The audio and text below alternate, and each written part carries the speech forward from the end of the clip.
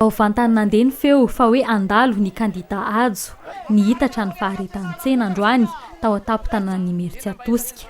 Avy hatrany teny nifandray tendro ny lahara-pahamehana rehefa nifampiresaka tamin'ireo mponina teto ity kandida ity.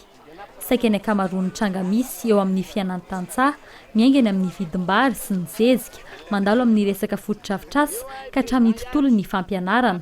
Maro ireo fitarainana nanararotan'ny mponina an'izao fandalovana izao.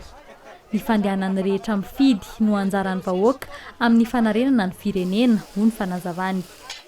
Zay ny amin'ny tanan'ny fifidianana malaky mba tsy janonana amin'ny krizy dia mba tonga ny olona mampiasa vola dia betsaka mikarama dia betsaka mikarama dia mandeha ho azy mitsy rehefa tsisy vola ny olona inona moa ny afaka ataony fa tsisy neninina ataony fa rehefa manam-bola ny olona mandeha fotsiny mitsy fa manahirana anay président dia le resaka bâtiment zao tena olana tsy mananao kely an'iny dia mbola mezaka indray manao rehefa avy eo le nampitanimerana ile tamin'ny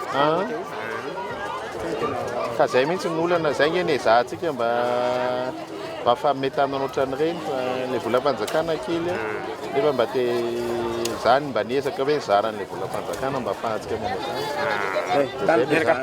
tsy maintsy mbola tafidy marina zany sotra président sotra natadidy dia maka ny zava-bitany tamin'ny na-prime ministra lefitra azy tao amin'ny faritra Itasy no naharesy lahatra ireo vahoaka marobe tonga ny-tsena sy ny tafa taminy androany tao amin'ny tsenany Imerintsiatosika. Tafita tamin'ny vahoaka ihany koa fa ny fahatsaran'ny fitantanana ny volam-bahoaka no antony ireny. Foto-drafitra samaro teo amin'ny lafin'ny fampianarana sy ny omby izay tena riarian'ny mponina no hitondrany fanampiana izay avy amin'ny volam-bahoaka tsara tantana hatrany. Efa niara-ny asa tanitra nandritra ny efa-taona, nanao an'ny lycée Ambomandry, nanao an'ny lycée Ambohipandraona, nanao an'ny CG Ambohipandraona, nanao an'ny CG Miantsarivo. Zay nasaiko mijoro aminareo mitondra azy aty. Ary zay no nanesoran'ny olona teo satria miaraka amin'ny olona tia fampandrosoana ary tia mahitsy tsy tia mivilivily.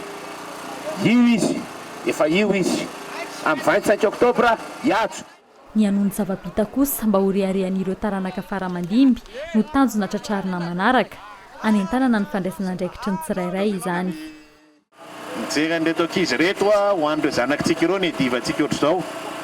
Afaka nataoko ny nanao propaganda, nanao mitinina be, mbola ho avy zay miaraka amin'izay fa nezahana mihitsy ny fanaritava aminareo tsirairay avy mba enony tahitanareo tao an-tsena sy ety an-dalana ety satria rehefa ry amin'le mitinina ery le mpihira vavy na le mpihira lahy arakaraka ny misy atsika ny tena jerenareo sy enonareo fa tsy le hevitra hoentiny eo anatsarana sy hoentina manatsara nyity fireneny ity. Matoa midina ohatr'izao dia mba fanakalo hevitra sy tia hafantatra ifotony ny olana satria rehefa tonga eny ambony eny ka tsy mahalala ny olana ety ifotony ety dia mazava ho azy ny olan'le manodidina ny tena ihany ny voava fa ny olany voaka aty ambany ety tsisy mpijery mihitsy.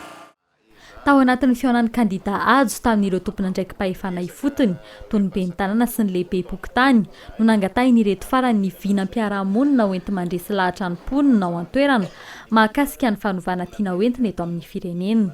Hoenty manatateraka izany isy ny fihaonam-be iarahana amin'ity kandida ity any amin'ny faritra Itasy.